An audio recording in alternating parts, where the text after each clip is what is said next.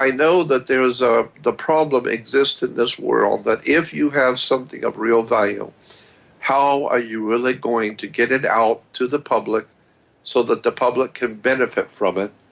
And how are you going to be able to get past all of the so-called important people who didn't find what you found? And they're going to make you look like a fool, and so that you'll just shut up. So that's the problem that I've come across in religion and all the different subjects I've been talking about. I get nothing but condemnation from religions, from people who consider themselves to be authorities on everything. I always say I'm not an authority on anything. I'm just an ordinary man pursuing extraordinary knowledge. I'm not stupid. I'm not a PhD. I don't have any of those letters in front of my name or after my name. I don't claim to be a world's foremost authority. I'm just an ordinary human, but I'm not stupid. When I find something that I know is of extraordinary significance and importance, my first thought is to share it with my friends and with the people who want to know. I think that's a normal human quality, that if you really care about your friends and care about your family, and ultimately from that care about your community and ultimately care about your country, if you really care and you find something of extreme value, you want to share it. I mean, I grew up hearing that, if you're going to be going somewhere on vacation or going to some amusement park or something, you want to go with friends to share the experience with good friends. You want to share with other people. And so that's the way I feel. I just want to share with other people something that I have found that I know. I don't suspect, think, or wish, but that I know is of extraordinary value. Why? Because I have watched it over a period of time. I have experienced it over and over and over again.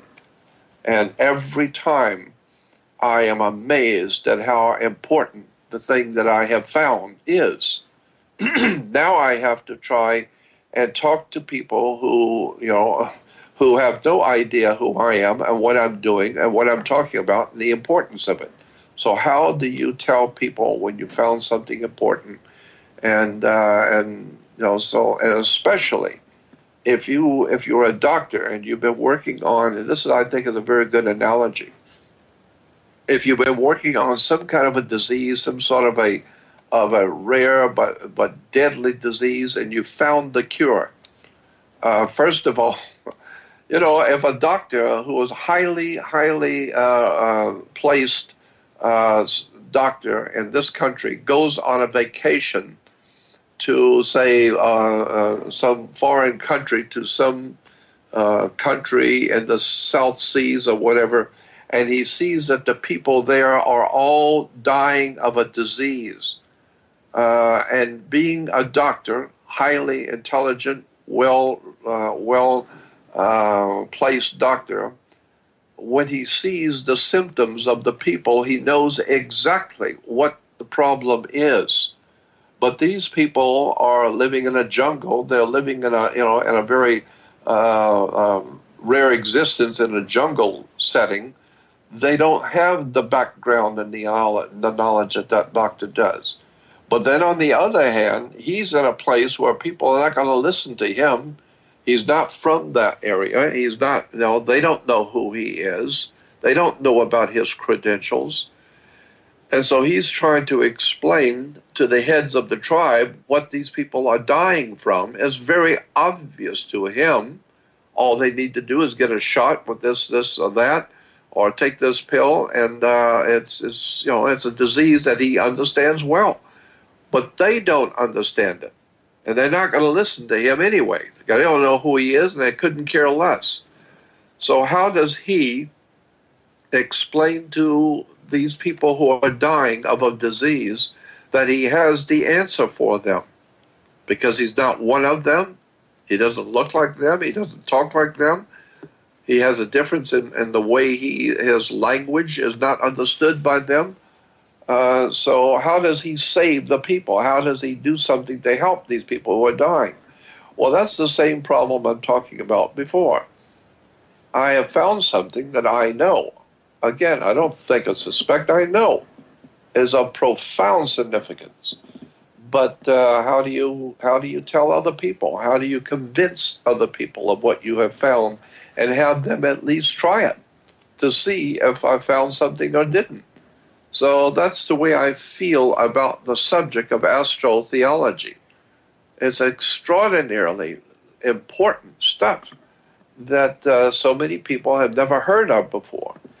Now, I also have many years ago made a discovery that someone showed me that there is a world of difference, which I didn't know.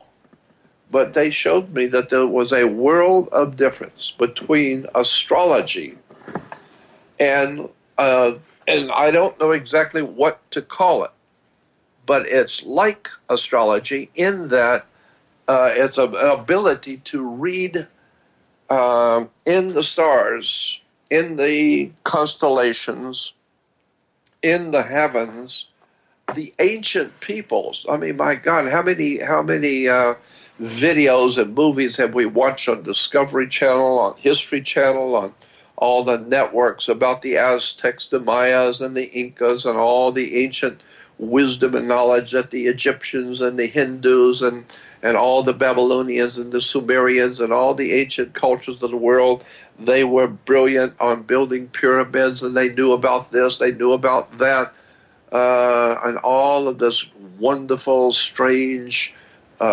extraordinary knowledge that was known by these ancient and prehistoric cultures.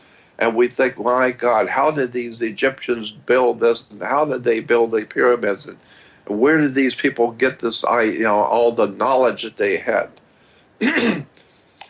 Well, so I boil it all down to the fact that astrology has become a very, it's something to be put down in public. It's nonsense. The reason why you need to know why astrology has such a bad name. The most important reason, and there's more than one reason, but the most important reason is that for 1,000 years, the Catholic Church in the Vatican has dominated, 2,000 years. Christianity has dominated Europe. And since about the 4th century, the Vatican has dominated Christianity, and Christianity has dominated Europe, and Europe has dominated the world. So the people in power over this incredible system of political, governmental, religious system that has dominated the earth for 2,000 years, these are very powerful people. You're talking about the papacy. We're talking about the Pope, kings and rulers and princes of European nations and European countries. And those countries have dominated Europe, and Europe has dominated the world. So there has been a concerted effort, obviously, by powerful people in very high places of power in Europe, and unfortunately in America also, who are not interested in letting you know anything of any importance. I've always said that really important information is on a need-to-know basis, and you don't need to know. Again, George Carlin, it's a big club, and you ain't in it. So therefore, whatever is really important, you will never know. No one's going to tell you anything. And if they do tell you, they're going to get hurt. So you don't tell the people of the street, you don't tell the common man what you're doing. If you're a scientist working at NASA, if you're a physicist working for the government, and you're doing something with the government nobody is supposed to know, it's not going to be out on radio. It's not going to be on television. The really important stuff you are not going to be privy to hear, period. And the problem is in America, if somebody does know something and trying to tell you in the public, trying to wake you up, that can be very dangerous very dangerous to talk about things that the public is not supposed to know about. So again, I'm just going around the whole story of bringing it together in one place, that if you have something important, of real and legitimate importance, it's going to be very difficult to get it out into the public and have people believe and understand it and see it and take advantage of it. So that's the way I feel about something that I came across a long time ago. That as I was saying, that I had someone explain to me that there was a world of difference, night and day, world of difference between astrology, which has a bad name because the church doesn't want you to know that the whole of Christianity, Judaism, and Islam is based on astrology. Islam, Judaism, and Christianity are astrological religions based on astrology. Read it. You don't have to be an astronaut. You don't have to be a brain surgeon. Go and read where these religions have come from. And you will see that all three are based on astrology. So I'm saying that astrology itself is a profoundly interesting and important subject.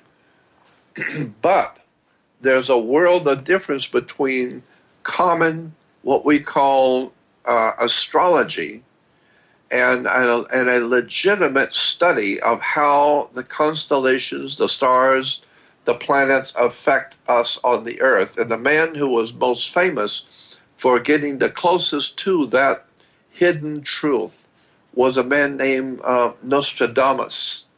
Nostradamus, over 500 years ago, lived over 500 years ago, and yet even today, 500 years later, his name is still respected. There's still a mystique and a mystical importance to the name Nostradamus. Why? Because he did so many, he had so many prophecies that he prophesied that came to pass exactly the way he said they would. So, you can complain all you want and say that astrology is a bunch of bull. That's what the paid lackeys who have their, quote, degrees from a university who are not interested in you knowing anything. They will tell you, like adults tell children, go out and play. Go out and play ball. The adults want to talk in private, so you go out and play ball and get out of our way. We important adults, we want to talk about something. We don't want you to hear it. So go play ball. Well, I learned a long time ago, I'm not interested in playing ball. I'm not a team player.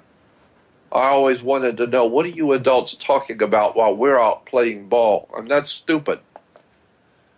And so I've learned now that the people who are in power do not want you to know that there are certain things that they have known for a long time, and they're not telling you.